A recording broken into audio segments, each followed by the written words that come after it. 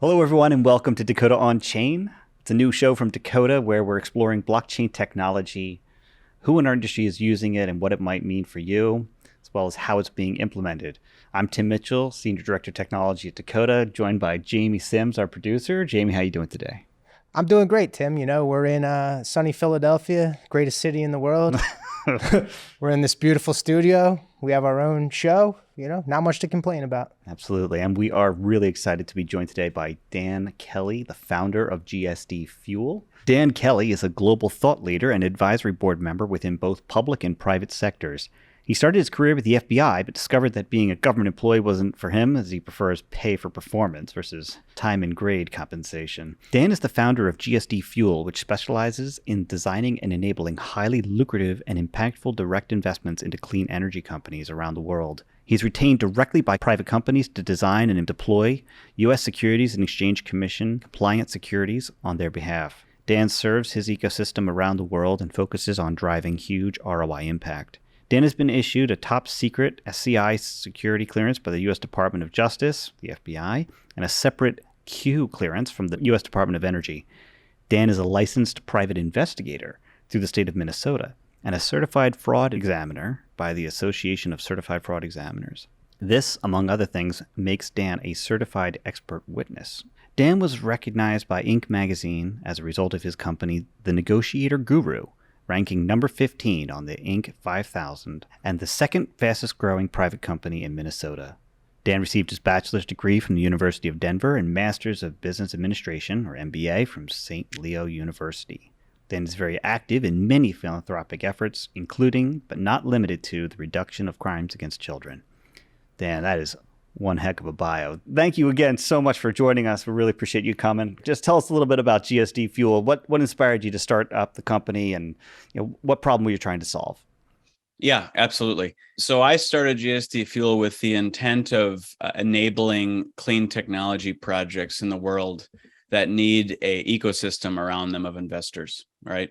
And in short, these projects offer high yield alternative investments for both retail as well as institutional clients. And in short, the reason that I have focused on clean technology is because I have been an advisor privately for many of these companies that are either startups or early stage. And I know the power that they have. These are real companies with real contracts, real customers, and quite frankly, they just need to scale.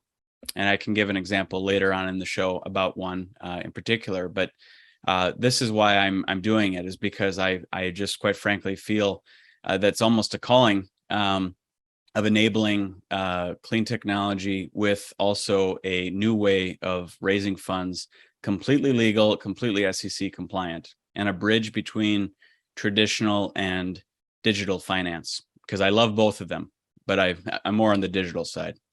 It sounds like the funding is the main issue, or at least allowing these companies to get access to capital. So how does GSDFuel solve for that problem? So we enable security tokens for these companies. So these companies retain us specifically to design and deploy security tokens. And really all that is that they are registered securities, just like a traditional private equity type of investment today, okay? They are registered securities that also live on the blockchain as a copy of what is historically a transfer agent would manage that on, quite frankly, a fancy Excel spreadsheet. And so what we do today is we are advisors for companies like this that want to raise capital, as well as develop a marketing ecosystem around them that are those token holders or their investors. And we do it by, again, focusing on ensuring that all of the traditional regulatory bodies are in place, ranging from requirements from KYC, AML, accredited investor checks, if so applicable under the regulation, to all the way to transfer agents, meaning that if the blockchain blew up tomorrow, we would still have the traditional way of managing the underlying security cap table. And so that's essentially what we do. That's fantastic. So let's talk a little bit about security tokens and regulation, because there is just a lot of noise and it's very Yep. hard to find the signal around regulation. So help us understand, for those of us who are new to the space, what a security token is and what differentiates that from, say, like a utility token or any other Yep. token that might be on chain. Yeah, great question. And there's even different types of security tokens, which I'm going to answer here in a second. That's fantastic. But holistically, let's talk about it at a macro level for a second. So a security token, if you talk to about 80% of the traditional financial institutions out there, the word token scares the heck out of people, is a nice way of saying it, right? Because they think Wild West cryptocurrency. And there could be nothing more different than, quite frankly, what we are offering, other than the only similarity is we use the blockchain as an irrefutable record, okay, which is the same as crypto. So the difference between security tokens and utility tokens, I'll just go through a couple of the key points. Utility tokens is essentially what the cryptocurrency universe is made of.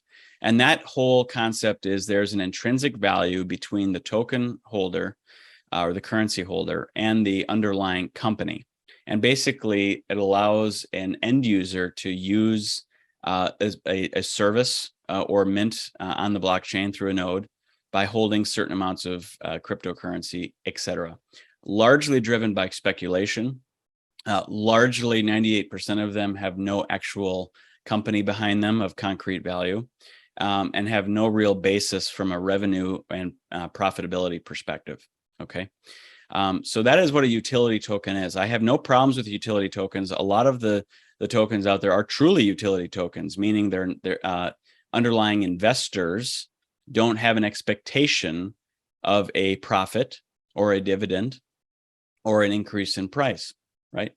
Now, the reason I say that is because if there's an expectation of a profit or an increase in underlying basis price, et cetera, in which people are expecting some sort of return, generally speaking, the SEC in the US would consider that a security.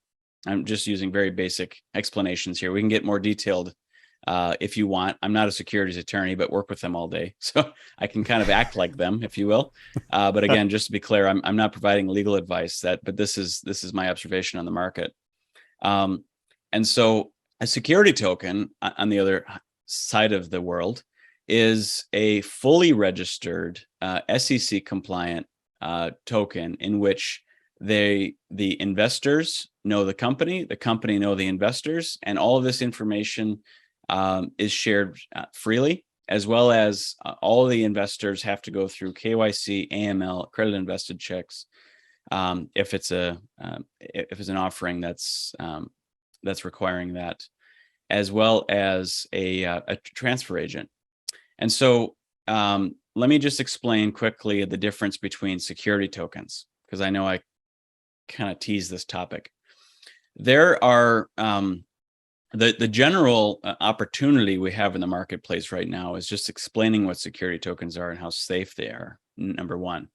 Part of the headwinds against that conversation is you can call a security token anything in which falls within the security guidelines of that individual country. Okay.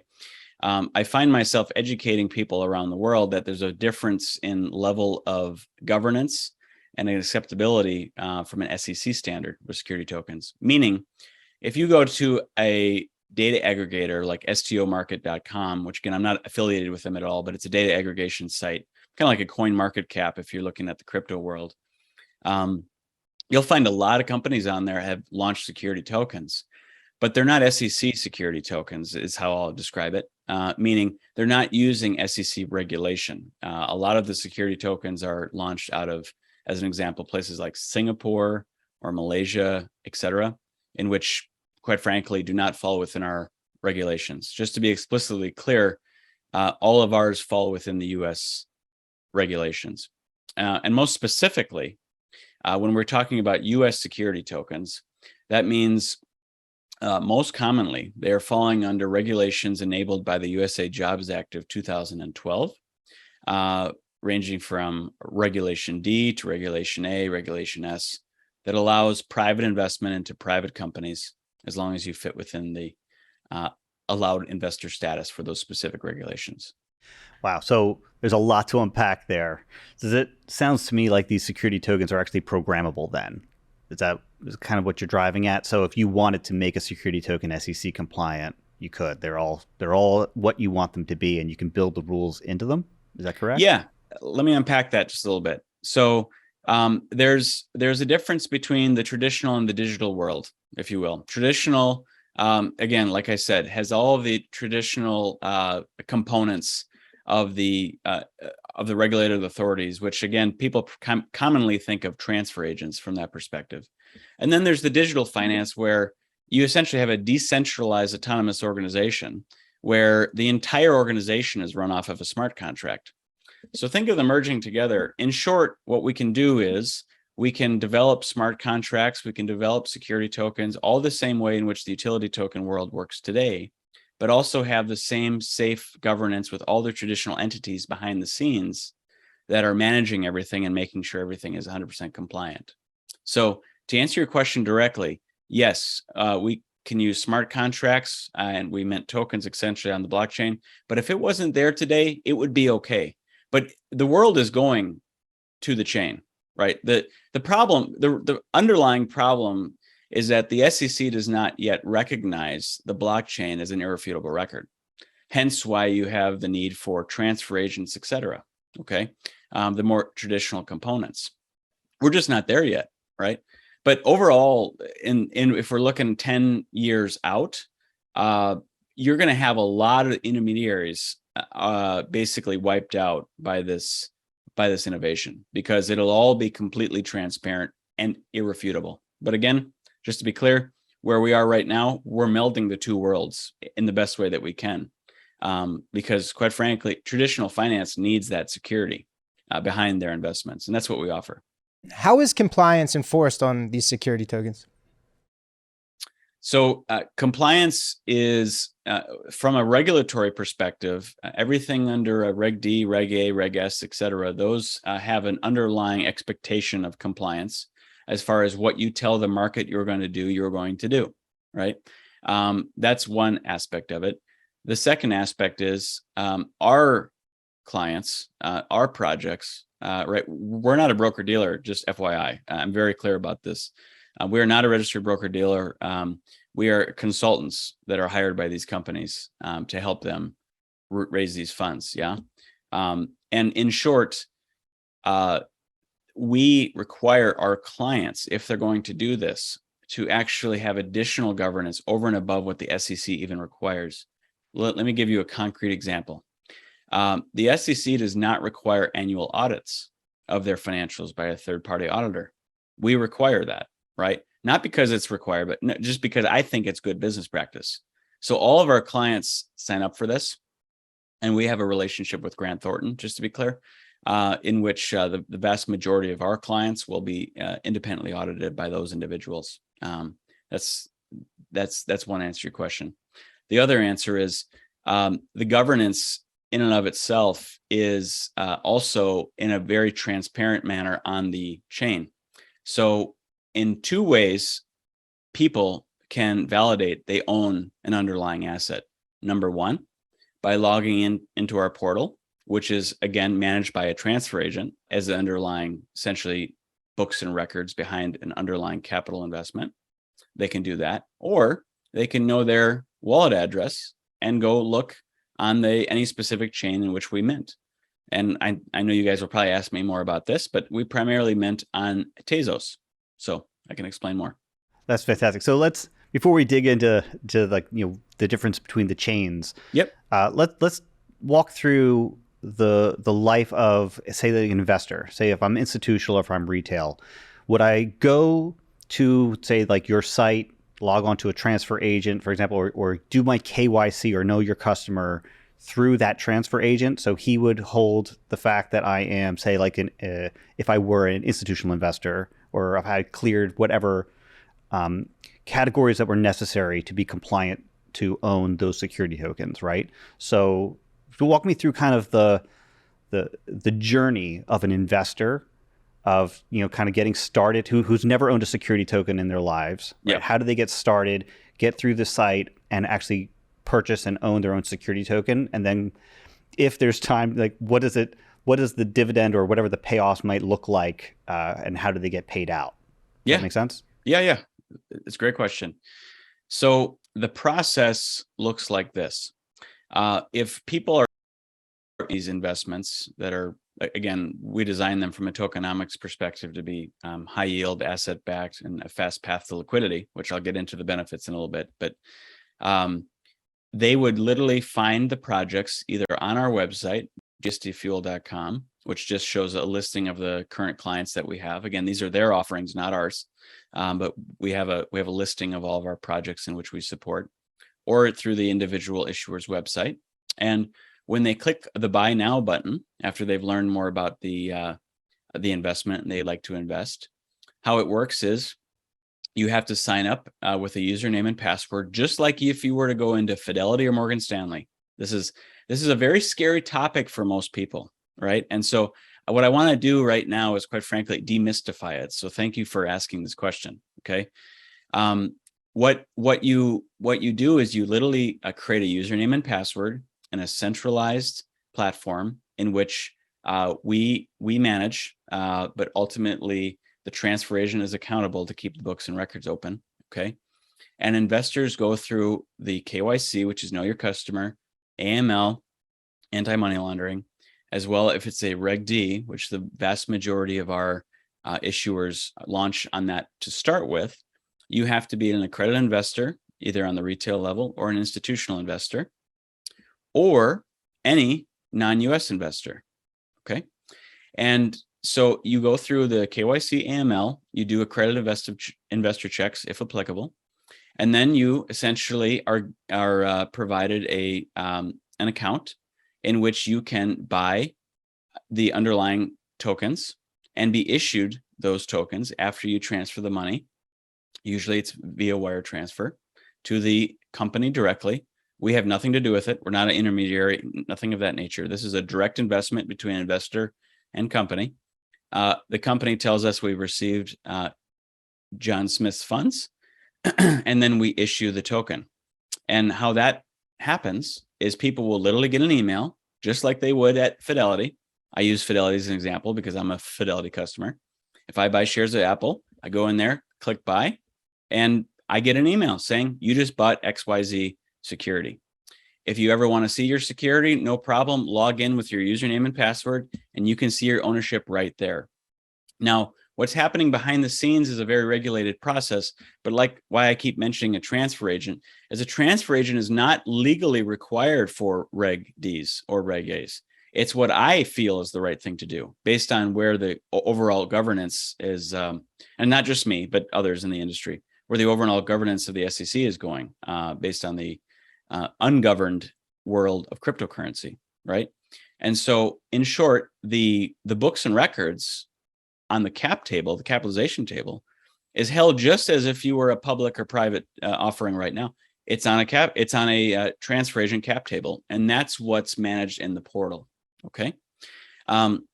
Now, for the people that want to be a little bit more digital and want to also see their underlying investment on the blockchain, they'll be able to see their unique wallet address in which we minted for them on their behalf. There's no cost for this. Okay. And that underlying security is also minted on the blockchain, right? So you basically have a copy image of what the traditional world wants and needs, which is an underlying regulated agent indicating, yes, XYZ company owns 1 million shares of ABC company. You have that, as well as we have this irrefutable record on the blockchain that will be there forever.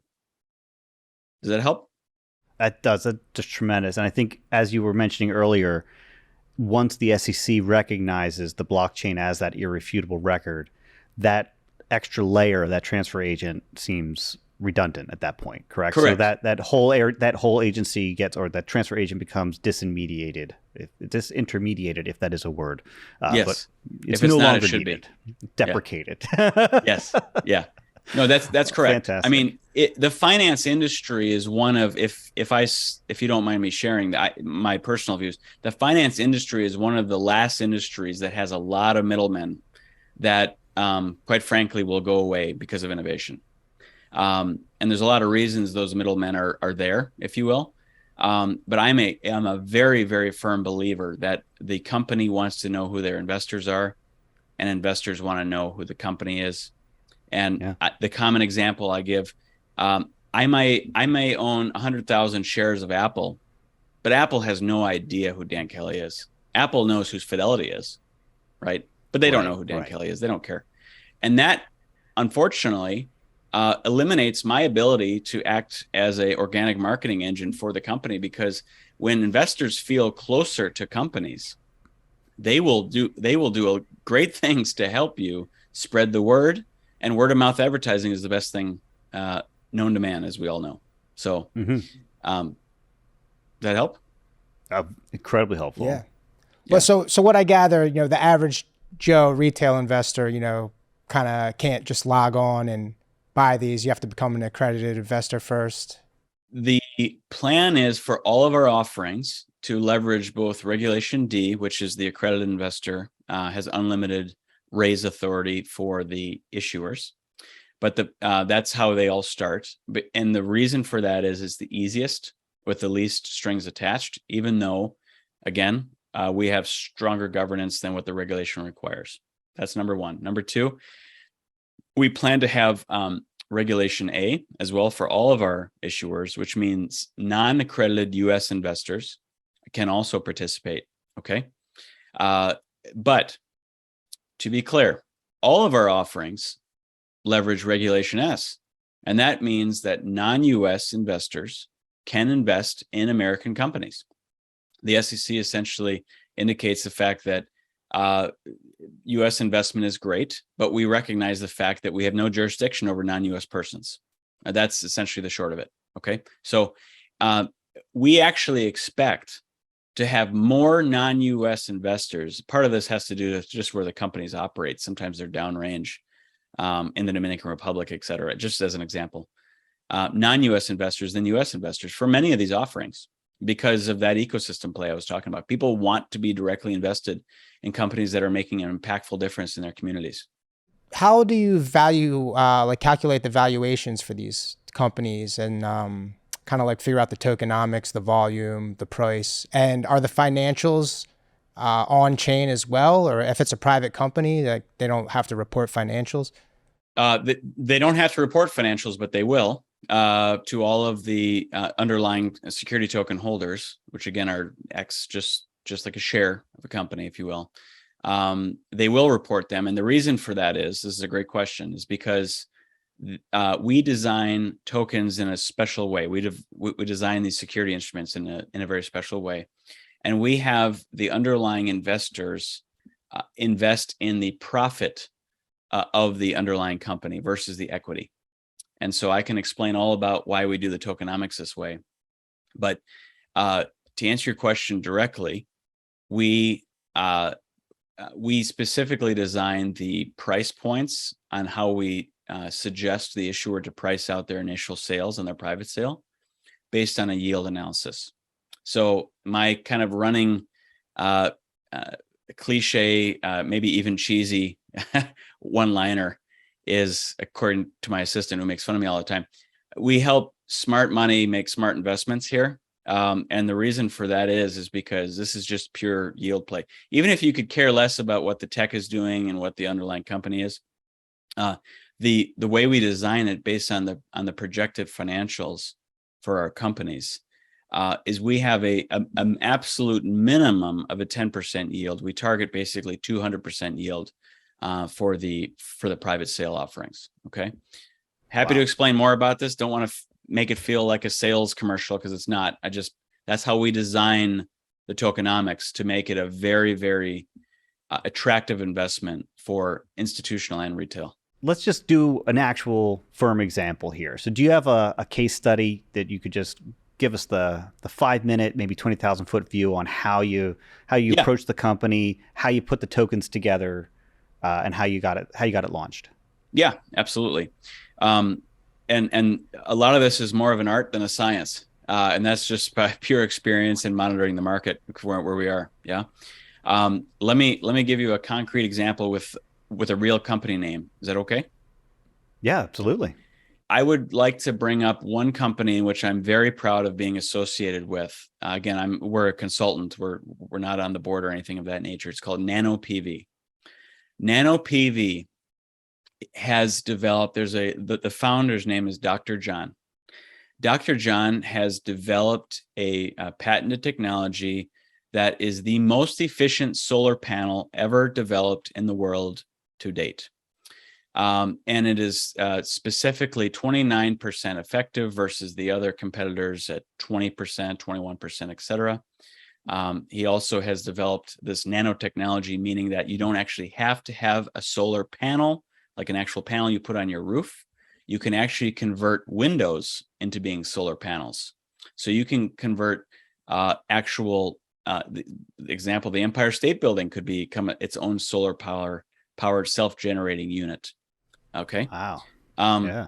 So everyone should check this out more. But that's again an example of why I'm so passionate about these companies, because they're just making really, really cool tech. Okay.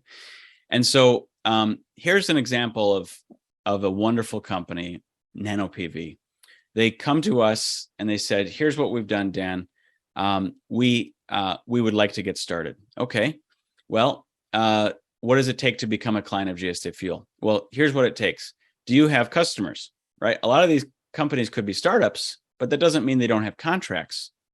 So let me give you an example. Nano PV has nearly, as the date of this recording, and it's increasing, has nearly $2 billion in sales in contracts signed, not letters of intents. These are signed, both from public and private entities. Okay. And they are launching the solar panel generation and manufacturing in Georgia. And the state of Georgia is very much behind them. Okay. And so, in short, they have $2 billion in sales, and they simply need funds to get started. I said, okay, perfect. Here's what we're going to do. Do you mind us posting these contracts publicly? Because here's another way in which we are melding both traditional and digital finance. Digital finance likes transparency, hence everything on chain, and they like self-governance, right? So what are we going to do? Well, by the end of this week, we're going to literally have the contracts on our website that people can see themselves of exactly what has been pre-purchased from Nano PV. They can do their own due diligence, not a problem. This is what it's all about. Okay. And so that answer is yes, we do. That's great. Okay. All right, perfect. Now, how about this? How about we tokenize the entire profit stream of the company so we democratize this investment? And so we basically make it the people's technology made in America.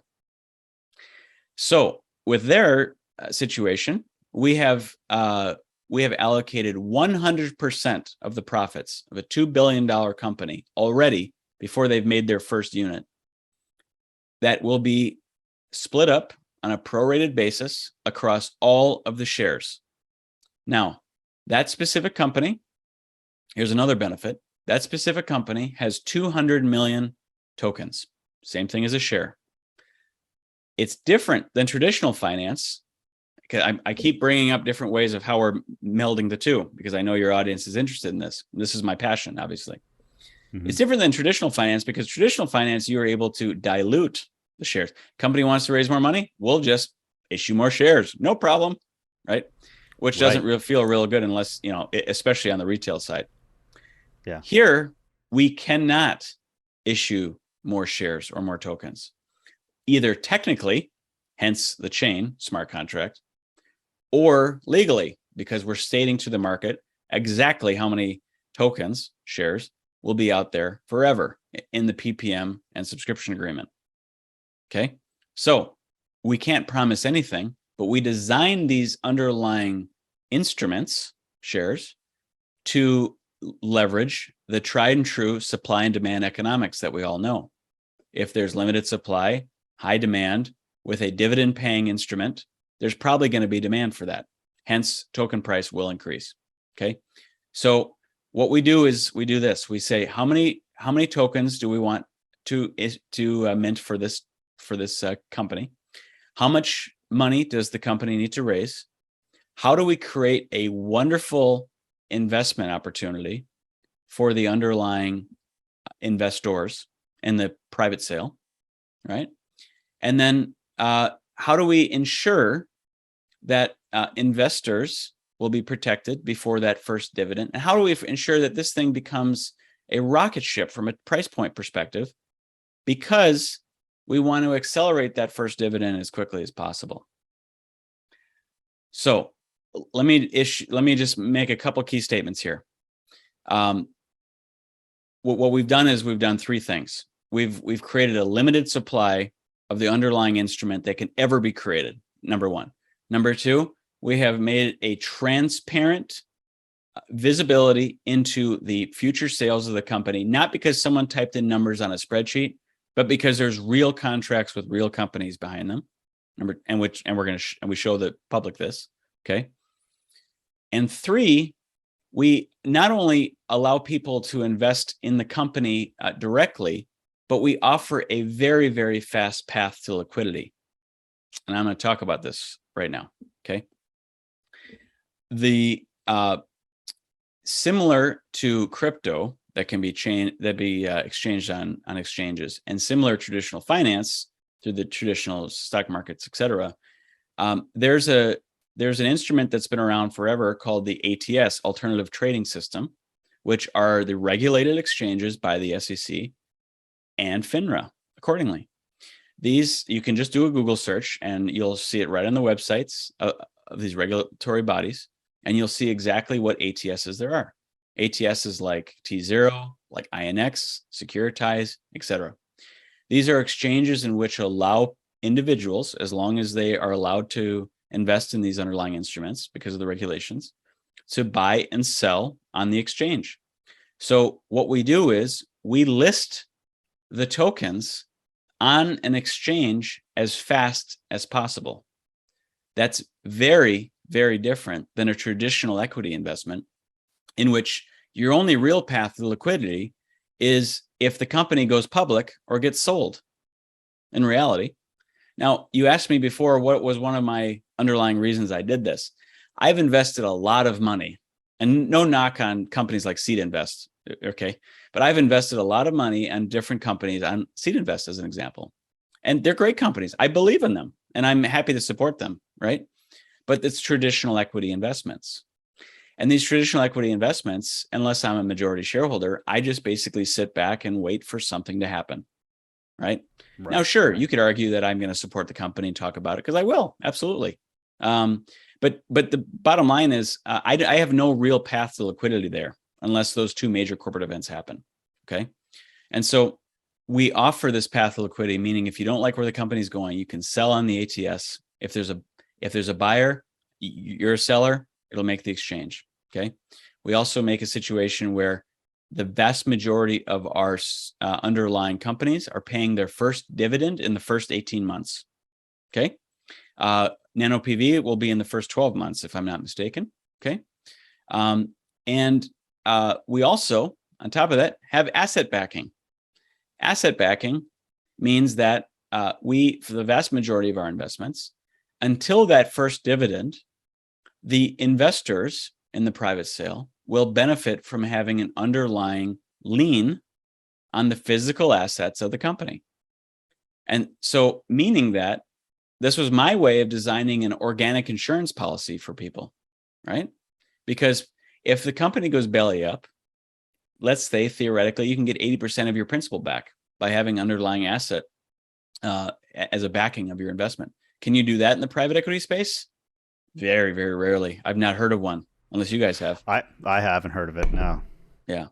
So just naming kind of the three benefits. And if you're looking at Nano PV, these are all the components of Nano PV. Now, Nano PV, if you look at our website, that pays $2 a token, $2 a share, nearly immediately, based on the overall revenue growth that they have with real contracts, as long as they can get started. So it's a situation where these companies literally have the contracts, they have the tech, they've got the patented technology. They literally just need seed capital to get started. And so some people call us better private equity than private equity, if you will.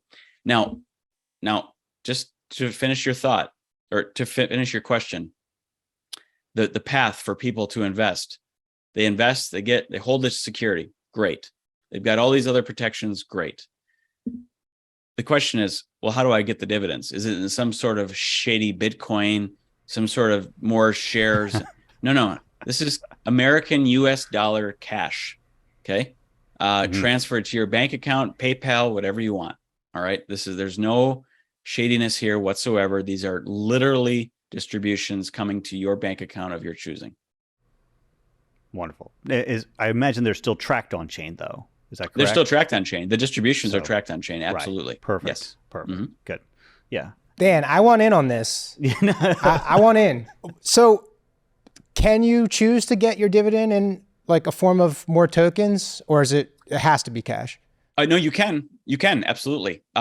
We have not had a, just based on our newness to the market, we haven't offered that yet as an option because our issuers haven't offered it as an option. So the point being is I actually plan on making that available as long as the issuer wants to. Again, I'm not in charge of this. The issuer is. This is their private security. I'm just helping specifically guide them. But I strongly suspect that they will say, yes, we'll go ahead and offer you additional tokens in lieu of cash.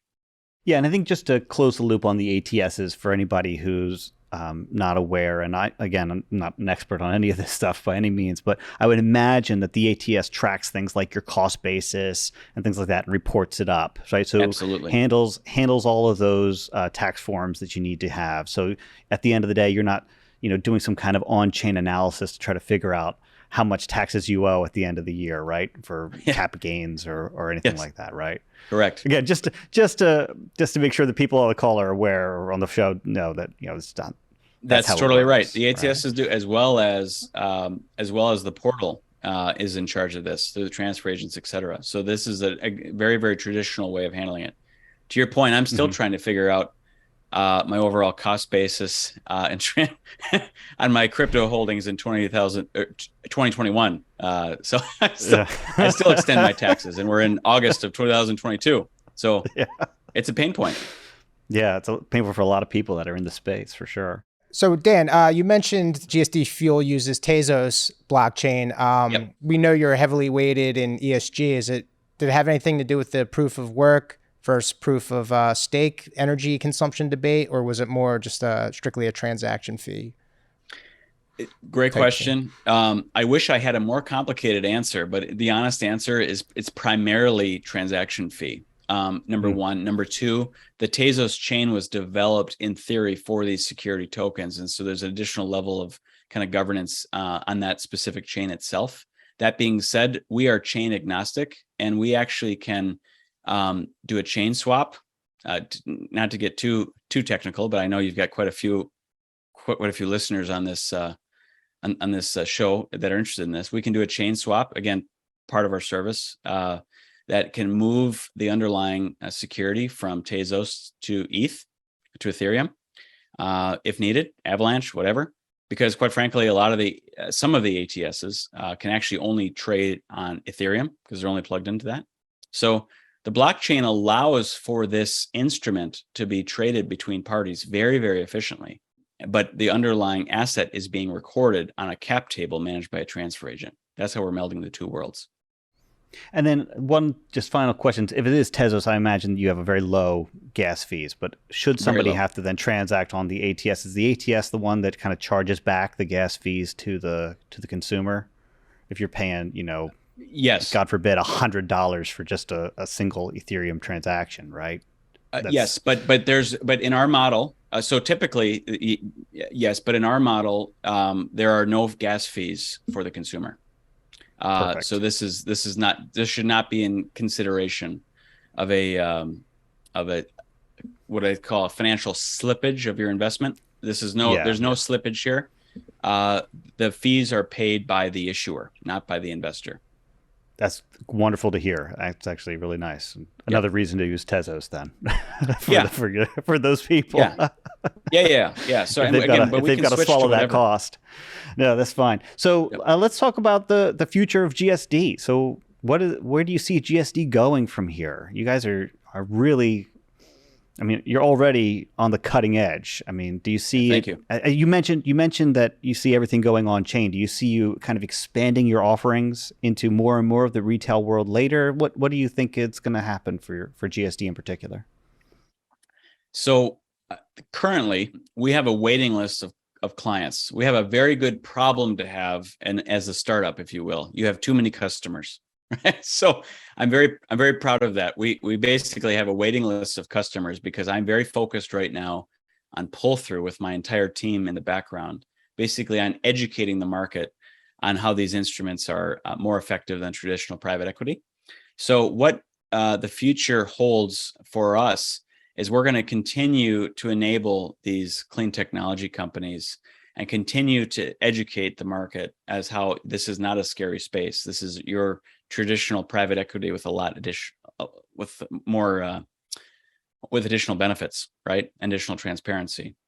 And on top of that, people have asked us to do more. They've asked us to help, ranging from marketing to back office stuff, et cetera. But honestly, it's more of the same, just in a faster pace. We have the tech from the client's perspective. We simply will enable more of the pull through our institutional clients. And we're developing a thing called the Founders Club, which is actually a trademark term for us. The Founders Club is essentially these institutional clients that want in essentially on the first round because they know exactly how we design these things, and it's a very consistent way. And so, and that's one aspect. The other aspect is we're also in discussions of developing a fund or some sort of trust in which people can specifically invest in that fund, in which they know gets in even earlier with these companies because it's a relationship I have with that fund and with the underlying issuers. So the fund, if you will, would write the first check and get in a very special round, in which again I don't like throwing around yields, but they're massive, and so you can see different opportunities on the website. So yeah, obviously Nano PV is a big one. You know, that trust sounds amazing as well. That also be only for accredited or institutional investors, or is that somewhere where, you know? No, my objective is to open this for everyone. I don't like the fact that we just have to do the accredited. The only reason we do that right now is because it's the easiest way for these companies to get started. And yeah, of course. And I have 3 securities attorneys that don't work for us. They're not on our team. They're independent attorneys that specifically deploy all of the legal paperwork in a fixed fee manner for our issuers to get started on the Reg D. Raise a little bit of money on Reg D and then open it up to all retail investors in the US. So do you need like a special wallet, or can you just use, you know, a self-custody, like a MetaMask, or like how are the tokens stored? Yeah, great question. So I can give you a long answer or a short answer. Let's go. I'll give you the short answer first and answer your question directly, but you're touching on a broader topic, and I'd like to address it if you don't mind. The short answer is it is a centralized authority. It is not a decentralized MetaMask wallet. So if you don't want to learn about holding a digital security, you don't need to with these security tokens. Like I said, you don't even have to look at the blockchain once. You don't even need to know what it is. It doesn't matter because we have all the traditional components. Okay. For those that do care, the underlying wallet addresses are issued via our regulated portal in which we offer to our clients, right? Which then the investors engage directly with the individual offerings. And those wallet addresses are assigned and made available to the underlying investor that they will be able to see directly in their profile. Okay. And so they don't need a wallet to hold these. It'll all be held in a centralized wallet as a custodian type of model. That's the short answer. I know you mentioned earlier, sometimes you want to demystify and make it seem like a less scary place for, some people, investors and whatnot. Is security like an issue at all? Do you guys have things in place to, mitigate that? It's a great question. Thanks for asking. You can't lose these tokens. The only way, and the reason that is because the only people that can buy or sell these underlying securities have passed KYC, AML, and all the checks. Meaning that if someone were to log in and transfer tokens to another individual, the only way they could go to be able to do that is to another individual that has been already whitelisted, if you will, with the process. Meaning, if someone does that and hacks in, of course, anything's possible. I don't want to say never, right? But we'll literally have the person's driver's license of whoever did the fraud. Okay. So yeah, and the tracking of what wallet it went to, all on chain, right? So we know exactly where it went to on chain, right? Off chain and off chain. Excuse me, on chain and off chain. Correct. Yes. Right. Correct. That's amazing, and that's definitely something that you really can't do even in traditional finance today. If somebody is able to hack your bank account, for example, right? Correct. Walk out. They could go to an ATM, just walk out with cash, and you don't know who that person is, right? So it's exactly right. Yeah. Amazing. So we're able to track it from endpoint to endpoint, which makes law enforcement's job extremely easy, especially when you hand them a picture of a person's driver's license. That's very true. Speaking from my former law enforcement background. So, that's right. You were in the FBI, right? I was. But it's the reason that I am a regulation first mindset. I always tell people I was professionally raised by the FBI. If it's a square and looks like a square, it's probably a square. If it quacks like a duck, it's probably a duck. Let's not try to beat around the bush. Let's just attack the space in which we're allowed to operate head on. And I cannot say that I've invented this space. Now, I've learned a lot from other people that have been doing this a lot longer than me, to be very, very clear. What I am focused on is on clean technology. And that's never been done before in this space, to my knowledge. And so we are focused on that as well as making, again, the additional governance and transparency requirements over and above what traditional investments have been. So could I answer the question on the difference between centralized authority versus decentralized authority? Yeah, I think that'd be very helpful for a lot of people. There'd be some people that, they just hear digital wallet and they don't realize there's any nuance in that, right? So if you don't mind, kind of get into what differentiates kind of a self-custodied versus a custodial wallet. Yeah, absolutely. And the market itself is going in the market itself is going in two different directions, trying to tease out what the market is ready for.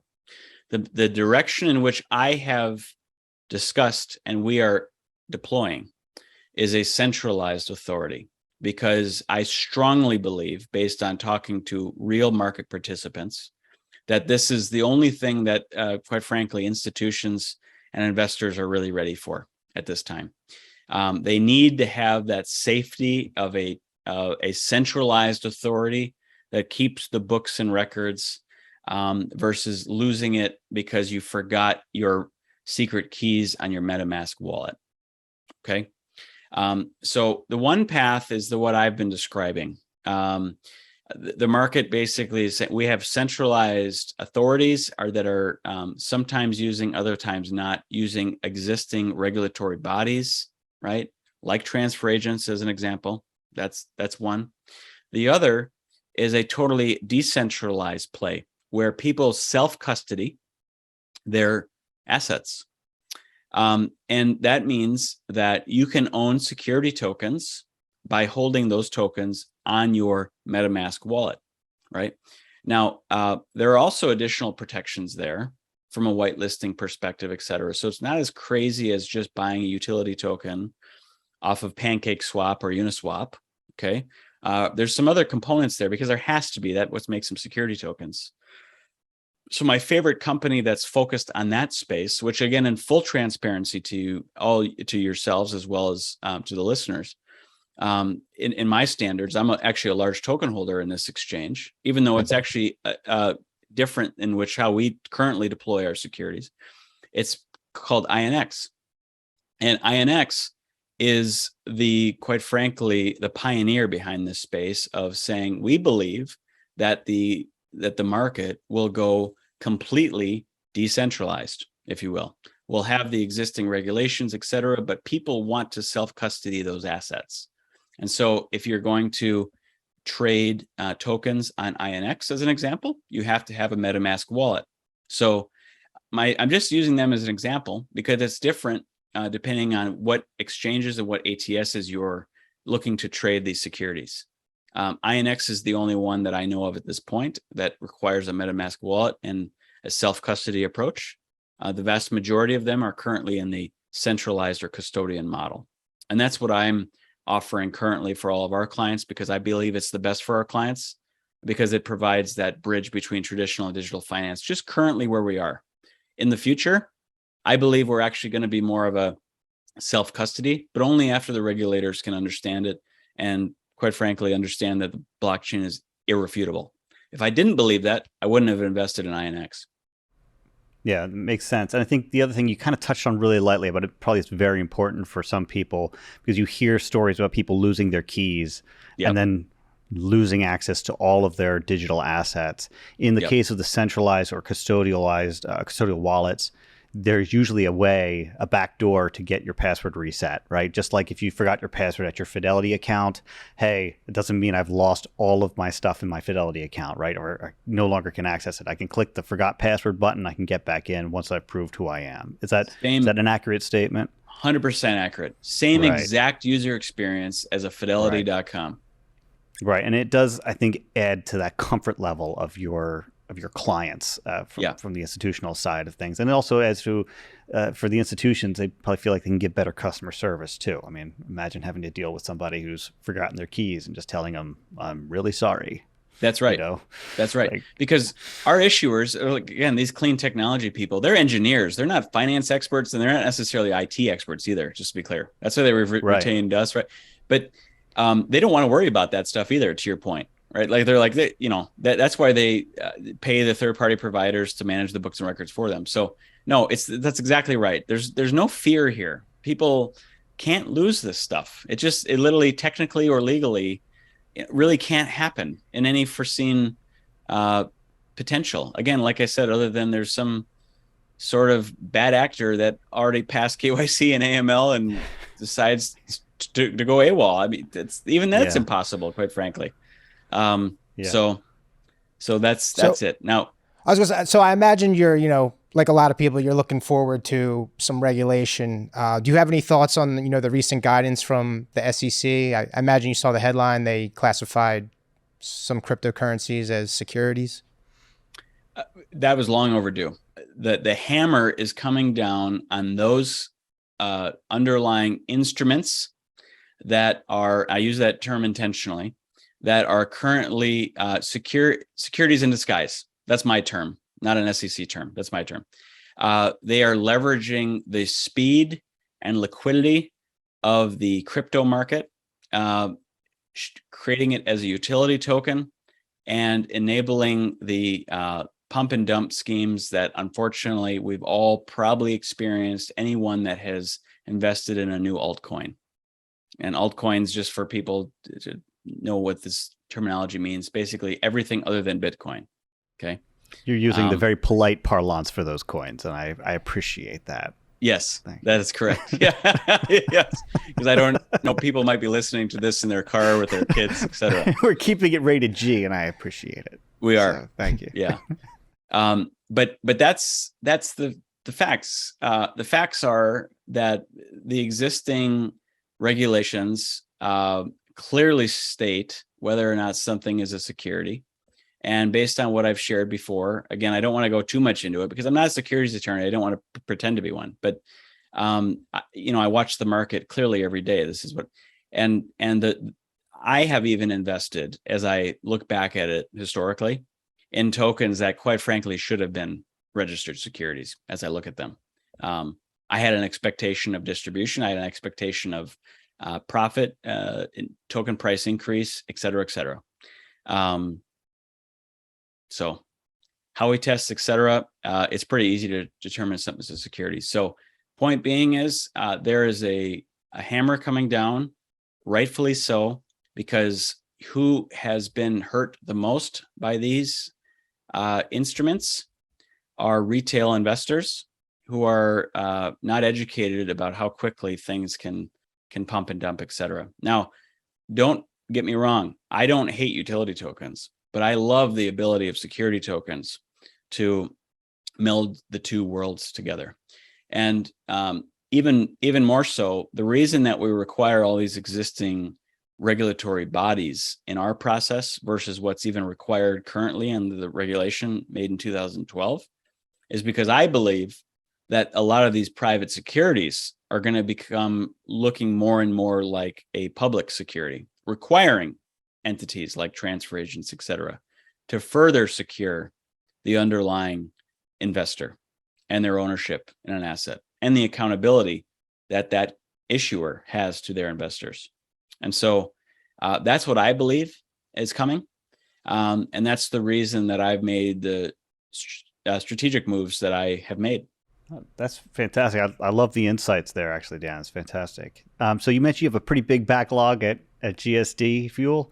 How fast do you think you guys can work through it? And I guess the other question would be, if somebody's listening in and says, "Man, I've got a clean energy company, or I've got a product I need to work with these guys." How do they get in touch with you? How do they kind of get started? And then, is there a realistic idea that you can tell them as far as like, hey, well, it's going to take us at least 2 or 3 months or whatever to even get to your project? Or give them some kind of, what does that look like? Good questions. If you go to our website, gsdfuel.com, and you can go to the top bar, there's essentially a client intake form. That's essentially our intake that puts people on the wait list, and we prioritize that wait list based on a number of factors. But in short, from a timeline perspective, we're expecting to clear that wait list by end of October of this year. So it's not like they're waiting years and years. It's just I'm very sensitive to take on too many clients at once so that we can give them our full attention and support. Furthermore, if large institutions, which again, we're on the phone with these guys, with our issuers, explaining how this process works. I mean, they're getting it. They're taking down, $30 to $60 million a pull sometimes, depending on the specific deals. If we clear out the private sales earlier than that time, then we'll be able to take on clients earlier. That's how it works. But right now, I find myself in full education mode at the moment, explaining to these very large institutions how this is a better investment option than what is typically available to them. Yeah, it makes sense. And then, sorry, if I may, we did kind of the journey of the investor. What does the journey of the company look like? Obviously, they come to your site, they fill out the client intake form. Is it a 2-month journey, 3-month journey, or I imagine it depends upon the complexity and various rules that they have, right? But give me like an example. Yep. Great question. We used to say 30 days. Now we say 60 days, and that's not because of us. That's because of the SEC, and I'll explain in a second. Okay. The process is this. They show an interest. We have an intake call. We have kind of multiple levels of due diligence on our side to make sure multiple things are real. 1, the founders are real. They've got clean backgrounds. 2, the companies are real. 3, the contracts that they have with their third-party customers are real to the best of our ability to determine. So that's part of the due diligence that we do, as if we were a broker dealer. We're not, just to be super clear, but I understand why people like to buy investments through that traditional means, because they have a level of due diligence there. So we do our due diligence, and I'm happy to say it's even deeper than the traditional model goes. Part of that has to do, if I could just quickly digress for a second, because I've had a private investigative firm, and so I'm still actually a licensed investigator in the state of Minnesota. So we have the full access to databases, et cetera. So we do full background checks on everyone. Part of this, I don't screw around with that with my team. That's just part of our intake process. So that's part of our due diligence, if you will.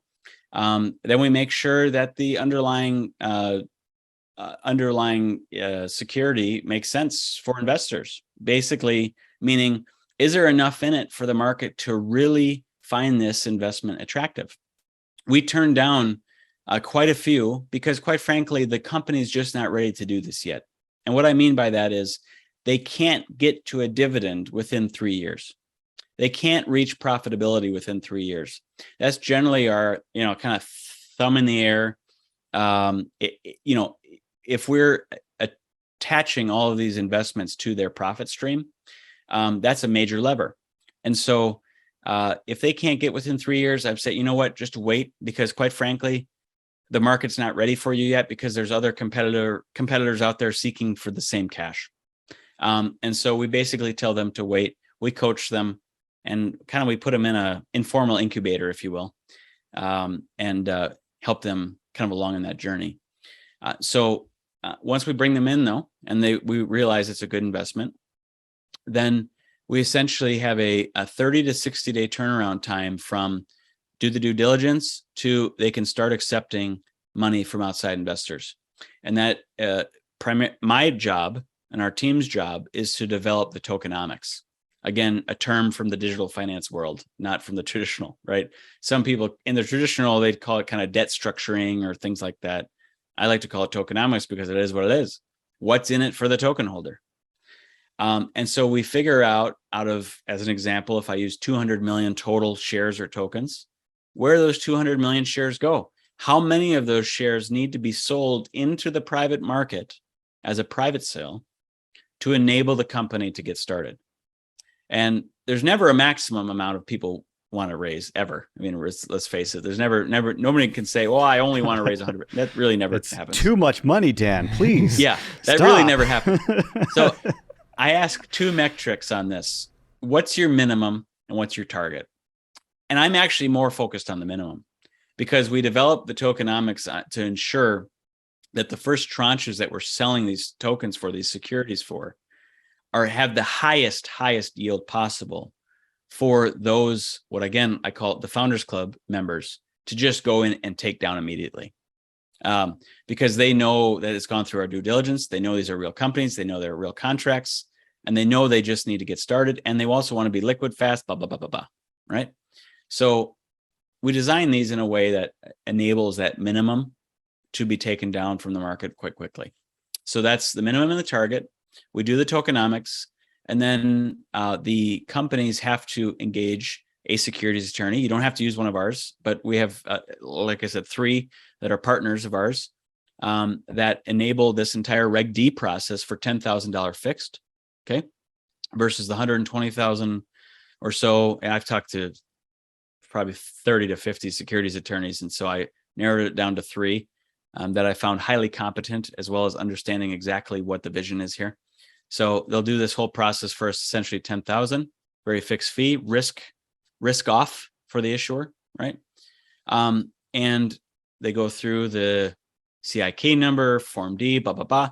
Takes the SEC 2 to 3 weeks to get to where you can be listed on the EDGAR database saying you're ready to go. And from that point, we start basically soliciting the opportunity to the investment community on behalf of the issuer. So they, again, why we do Reg D 506Cs, that's allowed.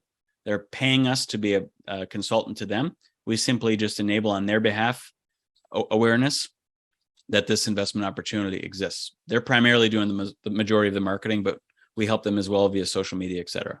So we also have marketing teams. We have an entire ecosystem from beginning to end, from beginning to the securities attorney to the end to fixed fees on the ATS listing fees.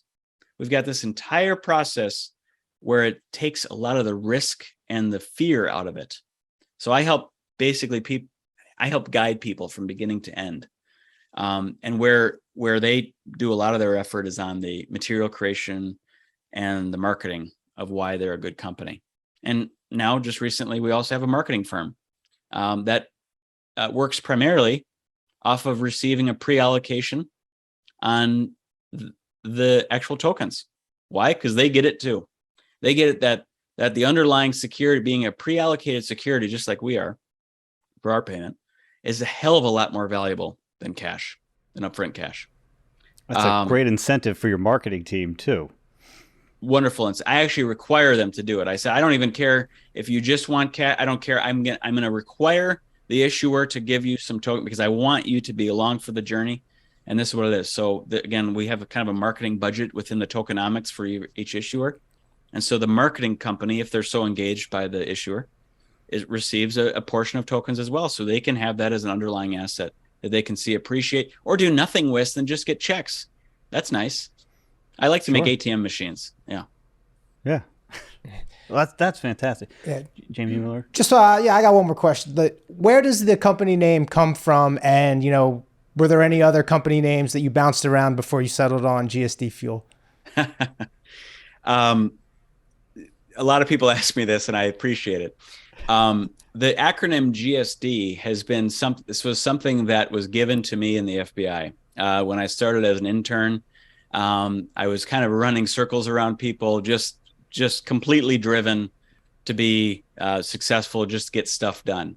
So the stuff actually means shit. So it stands for get shit done. Jamie, I told Jamie we were trying to keep it rated G too and everything. Yeah. Maybe I'll bleep it. Maybe I won't. Fine. Yeah. You have to bleep that. Yeah. So get stuff done, fuel. And the GSD concept was something that was just given to me that lived with me from public to private sectors. It just kind of stayed with me, just kind of an acronym, kind of fun. The concept of fuel is that we're literally throwing fuel on the fire. They need cash to get started, right? And on top of that, a bit of a play on words because we do a lot of these waste to energy projects that are developing actual synthetic diesels, fuels out of trash. Like Ridge Partners is another great one. They're sponsored by the president of the Dominican Republic as an example, where they're becoming energy independent themselves by developing fuel out of trash. Real stuff. You can go see it yourself with videos, et cetera, or even fly down there. So that's where the GSDFuel came from. It's a kind of a play on words from multiple different angles. That's cool. Yeah, we use LFG a lot. But... yeah. I had all sorts of acronyms for my government days. My favorite one was essentially the CYA. I think that translates into public private sector pretty well too. So very much so, very much so. So Dan, I can't thank you enough for your time and your thoughts and just how incredibly thoughtful you are about this space and really helping us to demystify and all of our users and viewers, to demystify a very confusing space. As you mentioned yourself, you spent a lot of your time just kind of explaining and helping people to understand that this isn't as scary as it seems, right? We're actually making things, you're by putting things onto the blockchain, you're actually improving transparency, right? Yes. Rather than making things more opaque. And I think sometimes people view the chain space as being very opaque. But yeah, so I really do just love to have you here. It's been wonderful. I wish you the best with GSDFuel. And just, from all of us here at Dakota, I can't thank you enough. Thanks for having me. This has been a lot of fun. I'm happy to connect with any of your viewers or listeners that just have general questions. The best way to contact me is probably on LinkedIn. That's where we keep a close eye on the messages. So as long as you're not trying to sell me something like the 40 messages I get a day, I'm happy to answer. Well, I think I've got the same people coming after me too. Yeah. So yeah, that's wonderful. Yeah. All right. Well, yeah, that's all the time we have for today. But thank you again, Dan. I really appreciate it. Have a great rest of your day. We'll talk to you later. Take care, guys. Thank you. Thanks. We hope that it's been very helpful for everyone out there as well. We are, as we've mentioned before, not experts, but we are trying to demystify a very seemingly opaque space and showing them a technology that's trying to bring transparency into the financial world. We'd love to hear from you. Anybody who would like to give us some ideas about other shows we can have, just reach out to us at onchain@dakota.com. Again, I've been Tim Mitchell, Jamie Sims. Thanks so much, and we'll see you next time.